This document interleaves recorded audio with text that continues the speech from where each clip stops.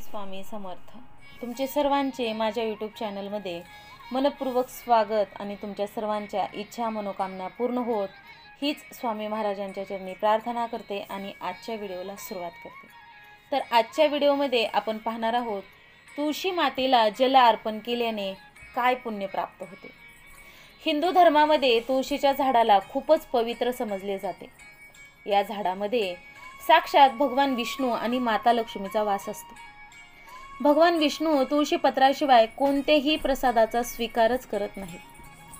तुळशीला विष्णुप्रिया सुद्धा म्हटले जाते आणि म्हणूनच जो कोणीही तुळशी मातेची पूजा करतो तो कधीच दरिद्र राहत नाही, तो कधीच गरीब राहत नाही. असा मनुष्य एखादं घोर पाप करूनही नरकामध्ये जात नाही. तुळशी मातेला फक्त जल अर्पण केल्यामुळे अनेक फळ मिळते, जे आपण आजच्या या कथेमार्फतच जाणून घेणार आहोत. एकदा देवी सत्यभामा भगवान श्रीकृष्णांना विचारते, हे स्वामी, तुम्ही तर तिन्ही लोकाचे स्वामी आहात, मग तरी सुद्धा तुम्ही या तुळशीच्या झाडाची पूजा का करता? तुळशीच्या झाडाला नित्य नियमाने तुम्ही जल अर्पण का करता? या झाडाला जल अर्पण करण्याचं महत्त्व मला जाणून घ्यायचं आहे. तेव्हा भगवान श्रीकृष्ण म्हणतात, हे देवी सत्यभामा, तुळस ही साक्षात लक्ष्मी मातेचे रूप आहे. तुळशी मातेची नित्य पूजा करण्याचे अनेक फायदे आहेत. तुळशी मातेला जल अर्पण केल्याने मनुष्याचे अनेक पाप नष्ट होतात. तुळशी मातेला जल अर्पण करण्याचे महत्त्व सांगण्यापूर्वी मी तुम्हाला एक अत्यंत प्राचीन कथा सांगू इच्छित आहे. या कथेमार्फत तुम्हाला तुमच्या सर्व प्रश्नांची उत्तरे मिळतील आणि म्हणूनच तुम्ही या कथेला लक्ष देऊन देवी सत्यभामा म्हणते, हे प्रभू, मी या कथेला नक्कीच ऐकेल, तुम्ही मला ती कथा सांगा. तेव्हा भगवान श्रीकृष्ण देवी सत्यभामाला तुळशी मातेला जल अर्पण करण्याचे महत्त्व काय आहे याबद्दल कथा सांगू लागतात. पुरातन काळातील गोष्ट आहे. एका नगरामध्ये एक ब्राह्मण राहत होता. तो ब्राह्मण तर होता, परंतु तो खूपच नीच स्वभावाने, क्रूर मांस खाणारा, तसेच वेगवेगळ्या वाईट शौक पाळणारा होता. त्याचं मन नेहमीच वाईट कृत्य करण्यात तल्लीन असायचं. त्याला जुगाराचा, वैश्याचा तसंच चोरी करण्याचा नाद होता. त्याने त्याच्या आयुष्यात कधीच कोणतेच पुण्यकर्म केले नाहीत. शास्त्राचं कधी पठण केलं नाही, पूजापाठ केली नाही. त्याचं मन नेहमी दुसऱ्याच्या धनावर असायचं. तो दिवसा धन कमवायचा आणि रात्री वैश्यासोबत ते पैसे उडवायचा. अशा प्रकारे तो पापी ब्राह्मण त्याचं जीवन फक्त पाप करण्यात व्यतीत करत होता. त्याने कधीच त्याच्या मुखातून भगवान विष्णूचं नाव घेतलं नाही किंवा कधीच कुठल्या देवी देवतांची पूजा केली नाही. अशा प्रकारे पाप करत त्याला अनेक वर्ष निघून गेले. त्यानंतर तो ब्राह्मण काही खरेदी विक्री करण्यासाठी एका दुसऱ्या राज्यात जातो. त्या नगराजवळून नर्मदा नदी वाहत असते. त्या स्थानावर स्नान करण्यासाठी लांबून लोक यायचे. त्यानंतर तो ब्राह्मण त्याच नदीकिनारी असणाऱ्या एका आश्रमात थांबतो. त्या आश्रमामध्ये अनेक विद्वान ब्राह्मण देवांची पूजा अर्चना तसेच भगवान विष्णूंची स्तुती करण्यात मग्न असायचे. तो पाखंडी ब्राह्मण सुद्धा नाटक करून त्यांच्यासोबतच थांबला. त्या विद्वान ब्राह्मणांसोबत थांबून त्याला सुद्धा श्रीहरी विष्णूचं नामस्मरण ऐकण्याची संधी मिळायची. तो त्या ठिकाणी 1 महिन्यापर्यंत थांबला. त्यानंतर तिथे जे काही लोक यायचे त्यांनी गोमातेचे पूजन करून तेथील ब्राह्मणांना भोजन दिले. तेव्हा त्यांच्यासोबत त्या पाखंडी ब्राह्मणाने सुद्धा भोजन केले आणि देवाचा प्रसाद ग्रहण केला. तिथेच त्या आश्रमामध्ये एक तुळशीचे झाड होते. तो ब्राह्मण नकळतपणे त्या तुळशीच्या झाडाला रोज पाणी टाकायचा. त्याच्या मनात कोणत्याही प्रकारचा विचार नव्हता की तो काय करत आहे. तो रोज सकाळी उठून एका भांड्यामध्ये पाणी घेऊन तुळशीच्या झाडाला जल अर्पण करत असे. एके दिवशी तो त्या आश्रमात झोपला होता. तेव्हा त्या ठिकाणी एक साप आला आणि त्या सापाने त्याला झोपेतच दंश केला. त्या पापी ब्राह्मणांचा झोपेतच मृत्यू झाला. सकाळी जेव्हा बाकीच्या ब्राह्मणांनी त्याला बेशुद्ध अवस्थेत पाहिलं तेव्हा त्यांनी त्याच्या मुखामध्ये तुळशीपत्र आणि तुळशी जल टाकले. त्यानंतर सर्व ब्राह्मणांना समजलं की त्याचा मृत्यू झाला आहे. त्या पापी ब्राह्मणांच्या मृत्यूनंतर त्या ठिकाणी यमाचे दूत प्रकट झाले आणि त्याला घेऊन यमलोकात जाऊ लागले. रस्त्यात तो ब्राह्मण विलाप करू लागला आणि यमदूतांना म्हणू लागला की हे यमदूतांनो, तुम्ही मला कुठे घेऊन चालला आहात? माझा मृत्यू कशामुळे झाला आहे? तेव्हा यमदूत म्हणू लागले, अरे दुष्ट ब्राह्मण, तू जन्मापासून मृत्यूपर्यंत असंख्य पाप केले आहेस आणि तुझ्या या पापामुळेच तुला एका सापाने दंश केला आहे आणि तुझा मृत्यू झाला आहे. आता आम्ही तुला यमलोकात घेऊन चाललो आहोत. तिथे यमदेव तुझ्या पापकर्माचा लेखाजोखा तुला पाहणार आहेत आणि निश्चितच ते तुला नरकात पाठवतील. त्यानंतर तो ब्राह्मण जोर जोरात विलाप करू लागला आणि त्या यमदूताजवळ क्षमा याचना करू लागला. परंतु यमदूतांना त्या ब्राह्मणावर थोडी सुद्धा दया आली नाही आणि ते त्याला मारत मारत यमलोकात घेऊन गेले.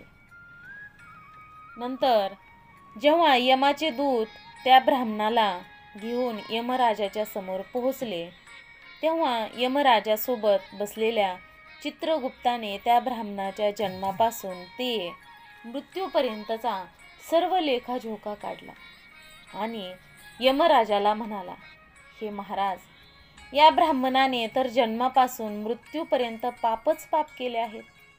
याने कोणतंही पुण्याचं कर्मच केलं नाही. हा तर मोठा पापी आहे. याला तर ताबडतोब नरकात टाकायला हवे.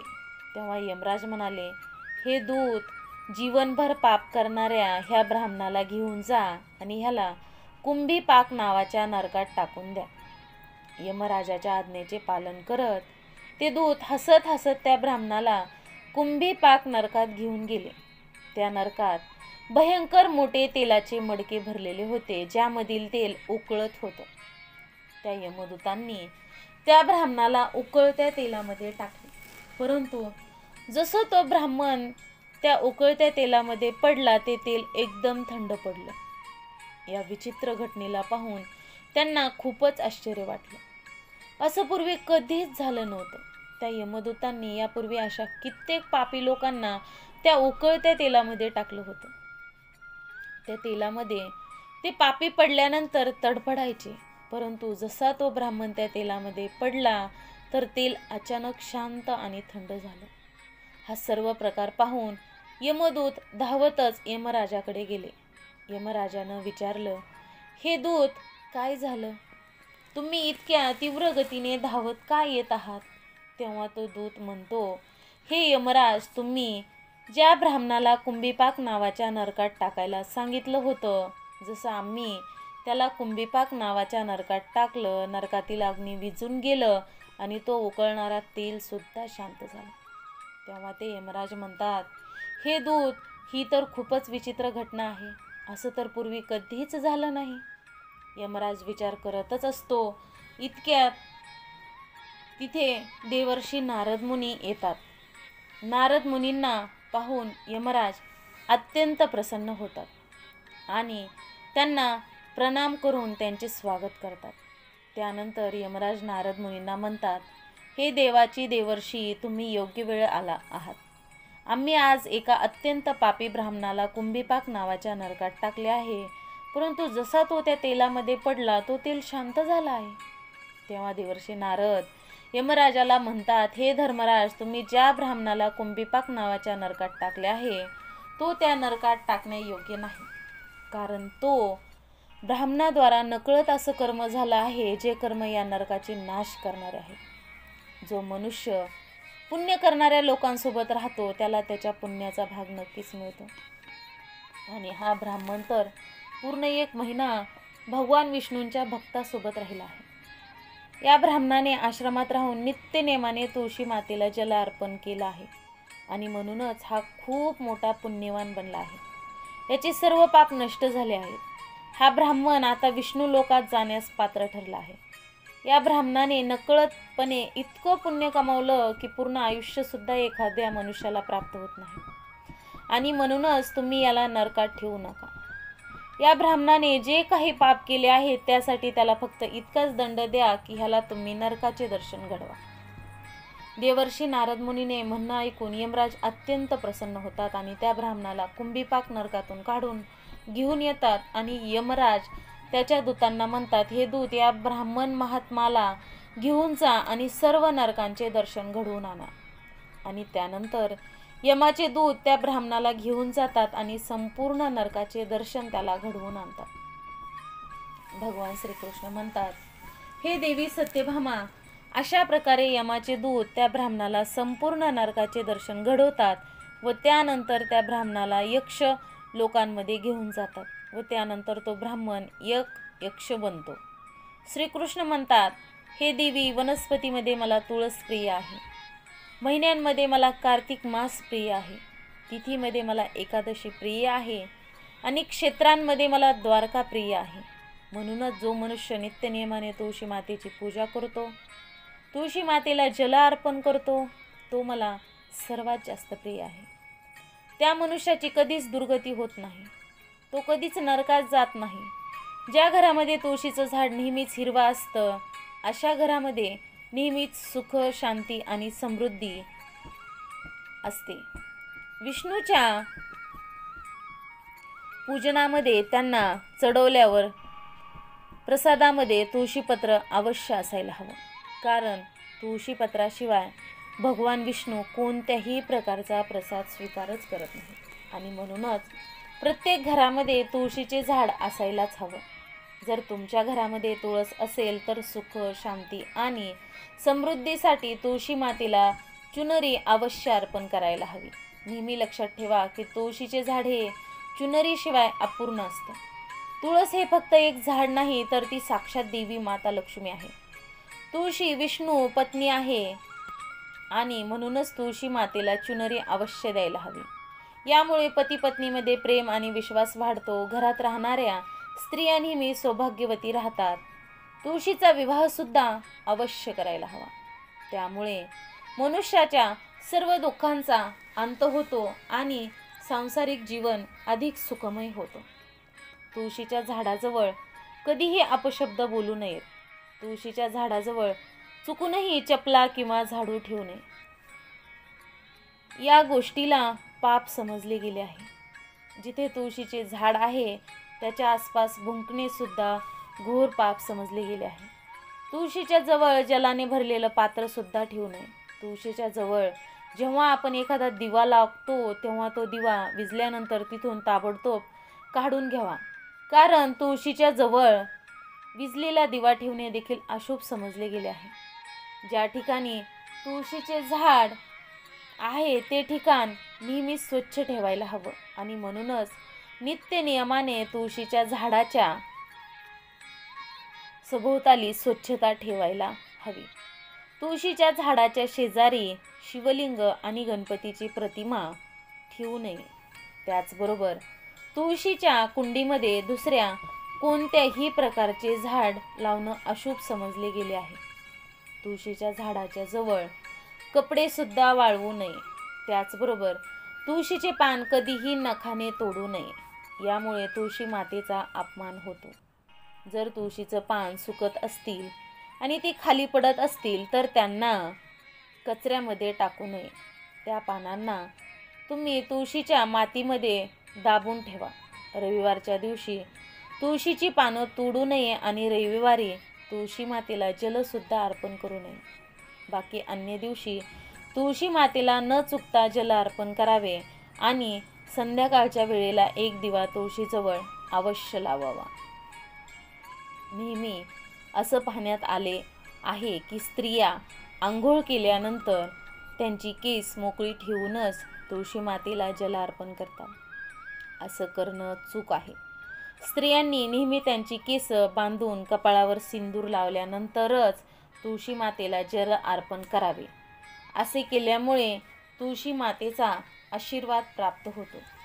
घरात तुळशी मातेचे झाड लावताना ह्या गोष्टीची काळजी घ्या की त्यासाठी वापरली जाणारी माती ही दूषित नसावी. तुळशीच्या झाडासाठी स्मशानाच्या शेजारची किंवा घाणेरड्या ठिकाणची माती वापरू नये. यामुळे तुळशी माता नाराज होते आणि ती सुकू लागते. तुळशीचे झाड कधीही घाणेरड्या ठिकाणी लावू नये, जसं की बाथरूमच्या शेजारी तुळशीचे झाड लावू नये किंवा तिथे झाड ठेवू नये. घरातील तुळशीचे झाड कधीही सुकू नये. घरातील तुळशीचे झाड सुकत असेल तर घरातील सुख समृद्धी नष्ट होते. सुकलेल्या तुळशीमध्ये माता लक्ष्मीचा वास नसतो. शास्त्रानुसार मासिक धर्माच्या वेळी महिलांनी तुळशीच्या झाडाला पाणी अर्पण करू नये आणि तुळशी मातेला स्पर्श करणं सुद्धा वर्जित समजले गेले आहे. तुळशी मातेला आंघोळ न करता जल अर्पण करू नये.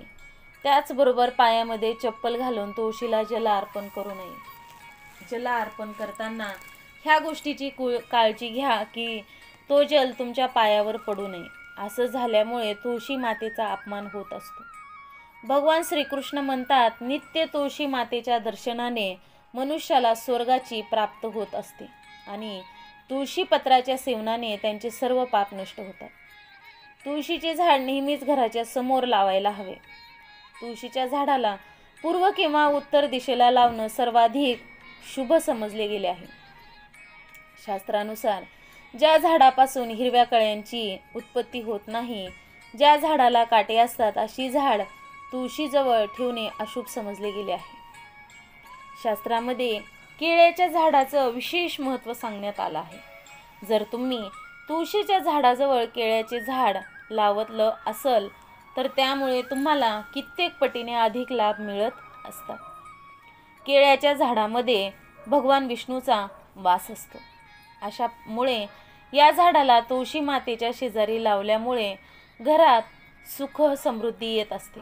अशा प्रकारे भगवान श्रीकृष्णाने देवी सत्यभामाला तुळशीच्या झाडाला जल अर्पण करण्याचे महत्त्व सांगितले आहे आणि घरात तुळशीचं झाड लावण्याचे काही नियम देखील सांगितले आहेत.